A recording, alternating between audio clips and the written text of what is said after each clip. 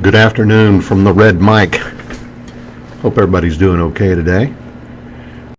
Today's topic is learning from mistakes, learning from failure.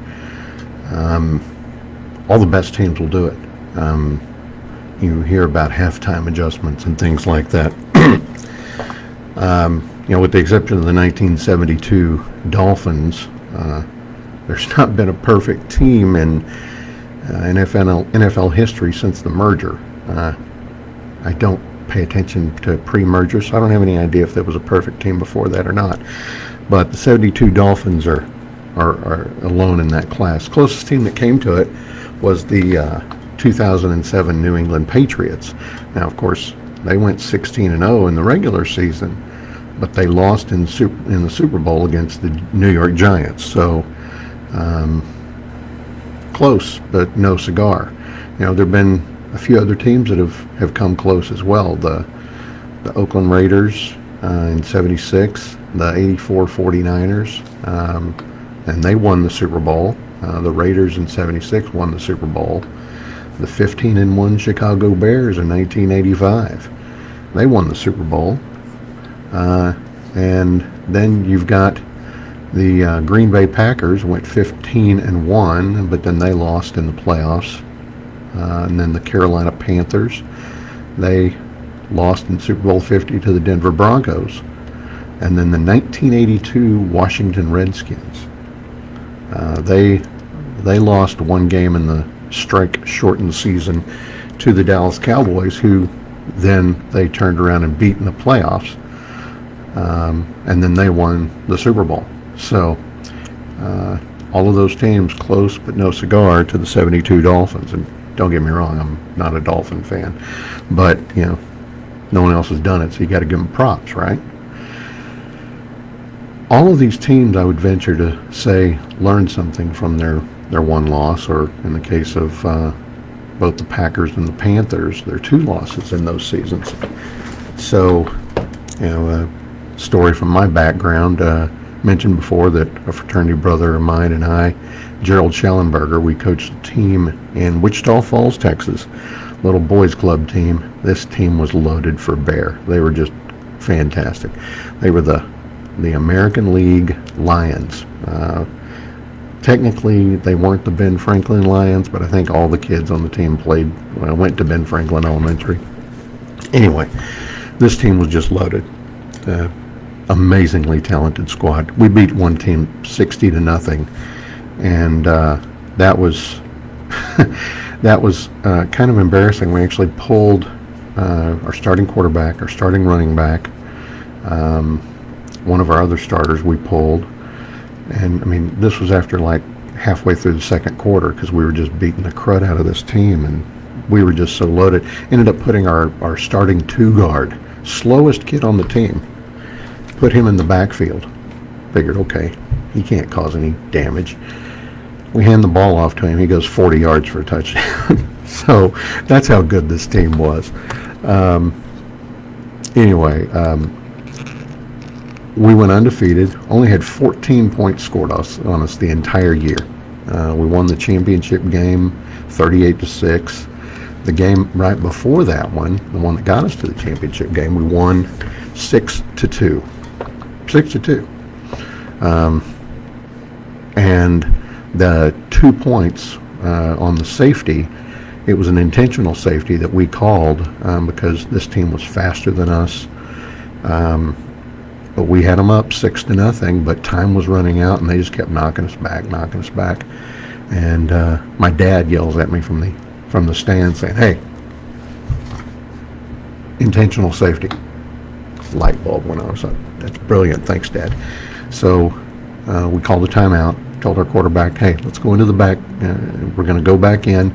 You run around in the end zone, and then when somebody's about to tackle you, fall down and let them get the safety." He was like, "But we want to shut them out." And I said, "No, we want to get to the championship game called the Toy Bowl. We want to get to the Toy Bowl, and if we lose in this game, obviously we won't, so just do it." He protested a bit. A kid named Greg Henderson. Greg was a great kid. Ended up playing quarterback at Rice University.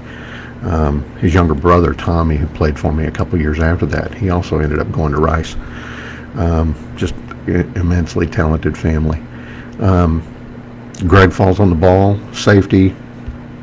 Then we do the free kick.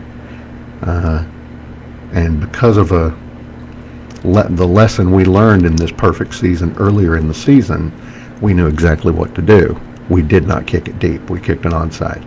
Now, why did we do that? I'll get to that in a sec. We held on. They ended up not scoring. Time ran out. We beat them 6-2. Their coach called Gerald and me over, and he said, as soon as I saw Greg go back into the end zone, I knew it was over. He said, I knew your defense wasn't going to let us do anything, and we didn't. So, well, why did we do that? Why did we kick it onside? Well, earlier in the season, again, I told you how talented this team was. Earlier in the season, we were playing a team. In fact, it was the team that I played for when I was a little kid, called the Leathernecks. Well, they weren't any good that year, and we ended up beating them 30-6. The 6 points, we kicked off a field. We kicked off after a touchdown, kicked it way down the field, and my team was disciplined. They ran their lanes. They did everything you're supposed to, but their kid just dodged his way, and he takes it to the house, scores a touchdown. At that point in the season, we'd had no points scored on us at all, so it was a kind of a kick in the teeth. Right then and there, Gerald and I decided, well, we're not kicking it deep anymore. If these kids can't stop a kickoff, nobody can. It's going to happen to everybody at some point. And with rare exception, I never kicked the ball deep ever again. And we did in that season. And that was the lesson I learned about perfection. Even in perfection, cracks in the armor are going to happen. So what do? Well, you try to cover up those chinks in the armor the best way you can. And for me in football, it was don't kick it deep anymore. And in fact, I had such a reputation for not kicking it deep that a few years later, while I was down here in Austin, coaching the Hill Country Cowboys, we'd scored a touchdown, and the other team was, convinced that we weren't going to kick it deep. And I saw that all of their good players were up close, and they didn't have anybody deep. So we kicked it deep, and my fastest kid named Grant. Grant was just speediest kid I think I've ever seen in my life. He ran down there and landed on it, and we got the ball back. But again, the perfection thing that I learned that year was, even in perfection, you're going to have errors, you're going to have mistakes. So strive for perfection, but don't live for it. You're going to make mistakes. Your test as a team member, your test as a leader is, how do you recover from those mistakes? How do you recover from those errors? It's going to say a lot about your team's character. It's going to say a lot about your personal character as a leader. Evaluate the losses. Figure out what went wrong, why it went wrong, and then figure out what you can do to perhaps prevent that ever happening again. So even in a loss, even in a mistake, you can end up finding something good out of it. And what's the thing that you find good? You find the fix. So go forward, be bold, do what you got to do. Be prepared for the losses, though, because they are going to happen. But the losses don't define you as much as how you respond to them. And that's today's Red Mike message. I hope you found it helpful today. If you did, I'd appreciate a like, follow, and a share here on Facebook, or I'm also going to be posting this to YouTube later in the day. Same thing, Red Mike messages. Look for it on YouTube. The link is also on the page, so you can find it there. Again, would really appreciate a like, a follow, and a share. Tell your friends about us, and I hope you'll come back next time. I'll see you every weekday. See you tomorrow, 2:30, same bat time, same bat channel, 2:30 Central, Red Mike messages right here. Y'all have a good one.